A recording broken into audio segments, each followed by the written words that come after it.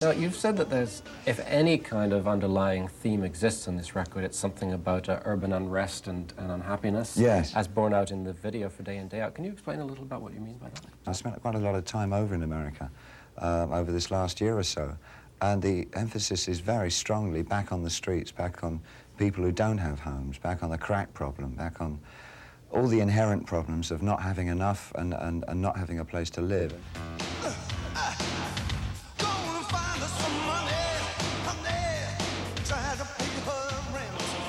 In fact, the dichotomy of an authoritative government who are very concerned with their power struggles over in the Middle East and their attitudes toward the Russians, and this seeming sort of total abandonment of what's happening to the people here in their own country. It's not totally applicable just to America. I mean, it's unfortunately, it seems to be the major thrust of what's happening in England, and I don't know about Canada. I've not been here long enough, but it certainly seems to be the way that there is the chess game is being played at a political level, but there's not much thought being given to the working classes or to the classes that have no employment. Since the 60s, when Bowie first arrived on the pop scene, he's frequently performed as a kind of counterculture comic book come to life to comment on society. He's focused mainly on the politics of cool, street life, the drugged-out underground, the decadent elite. Several generations of teenagers have taken his characters to heart. The Thin White Duke, the Diamond Dog, Ziggy Stardust. All of these were the epitome of flipped-out pop, rock and roll as a terminal teenage lifestyle. Among the casualties was Bowie himself, who says that he can't remember a single day of 1975.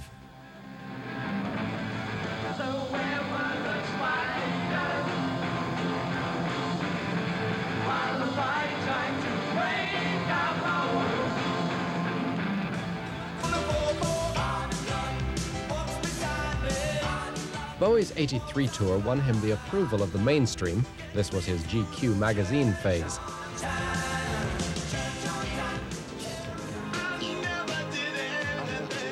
But he's been at pop culture's cutting edge for over 2 decades and over 24 albums. He's embraced myriad influences: the Surrealists, the German Expressionists, Marcel Marceau, Dada, Brecht and Weill, Buñuel and Dalí, proving that pop can be a window onto more than just pop.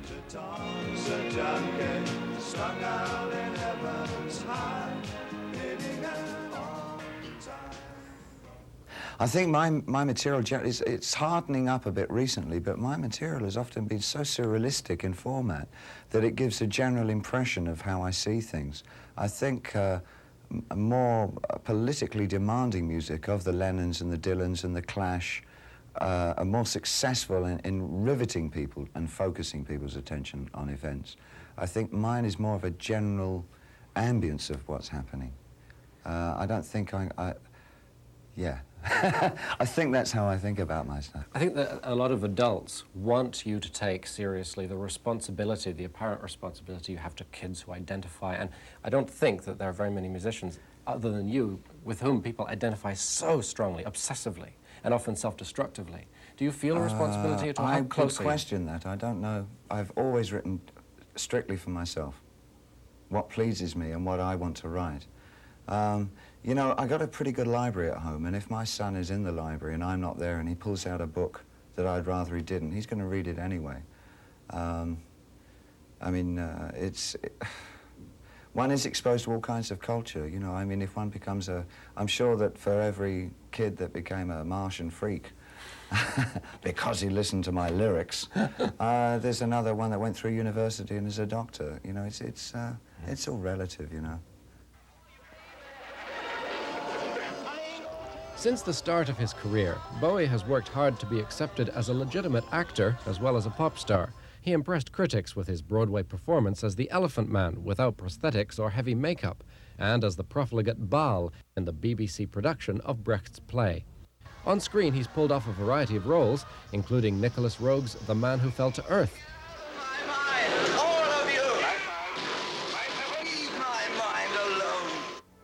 Oshima's Merry Christmas, Mr. Lawrence, Well, Labyrinth, Who's next? Have you thought about that? The Hunger. But now at 40, Bowie says he wants to direct. Two in mind, two pieces, two books that I've acquired that I want to work up to a situation where I can direct them. They're both very different from each other. One is very, very surreal, and the other piece is very down-home love story, teenage love story. So I think that would be dealt with in a naturalistic way. And I'm going to have a go at both. Great. I don't know. Yeah. I look forward to it. Okay. So do I. So, thank you very much for talking to us. Oh, it's my pleasure. Thank you very much.